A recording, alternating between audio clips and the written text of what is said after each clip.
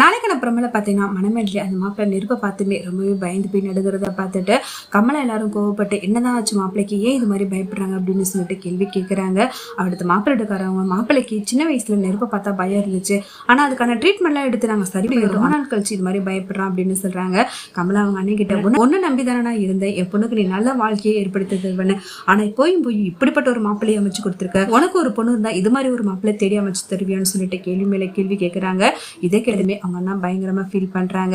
என்ன பண்ணியோ ஏது பண்ண தெரியாது, இதே மாதிரில என் பொண்ணுடைய கல்யாணம் நடந்தே ஆகணும் அப்படின்னு சொல்லிட்டு கமலா ரொம்பவே கோவப்படுறத பார்த்துட்டு நான் உனக்கு 3 பசங்களும் பெற்று வச்சிருக்கேன், ஸ்வேதாக்கு எந்த மாப்பிள்ளை பிடிக்குன்னு இப்பவே கை நீட்ட சொல்லு, அந்த பையனை நான் கல்யாணம் பண்ணி வைக்கிறேன் அப்படின்னு சொல்லிட்டு வாக்கு கொடுக்குறாங்க. உனக்கு எந்த மாப்பிள்ளை பிடிச்சிருக்க சொல்லு ஸ்வேதா அப்படின்னு கேட்கறாங்க. அப்ப ஸ்வேதாவும் அர்ஜுனை கை நீட்டுறாங்க. அதை பார்த்துட்டு இன்னும் எல்லாரும் பயங்கரமா ஷாக் ஆகிறாங்க. என் பையனுக்கு விருப்பம் இல்லாம இந்த கல்யாணத்தை நடத்தக்கூடாது, அவன் மனசுல என்ன இருக்குன்னு கூட கேட்காம எப்படி நீங்க கல்யாணத்தை முடிவு பண்ணலான்னு சொல்லிட்டு கேள்வி கேட்கறாங்க. ஆனா அர்ஜுனுடைய அப்பாவோ என் பசங்க நான் என்ன சொல்றேனோ அதுதான் கேட்பாங்க, நான் யாருக்கு தாலி கட்ட சொல்றேனோ அவங்களுக்கு தாலி கட்டுவாங்க, நீ அமைதியாருன்னு சொல்லிட்டு அவங்களுக்கு ரொம்பவே கோவப்பட்டு திட்டிடுறாங்க. போய் தாலியை கட்டுடா அப்படின்னு சொல்றாங்க. ஆனா அர்ஜுன் என்னால கண்டிப்பா முடியாதுப்பா, தயவு செய்து என்ன மன்னிச்சிடுங்கன்னு சொல்லி பாக்குறாங்க. நான் சொல்றது நீ முதல்ல செய்யுன்னு சொல்லிட்டு ஸ்வேதா கழுத்துல தாலி கட்ட சொல்றாங்க. அடுத்து அர்ஜுன் கையில தாலி கொடுத்து ஸ்வேதா கழுத்துல கட்ட சொல்றாங்க.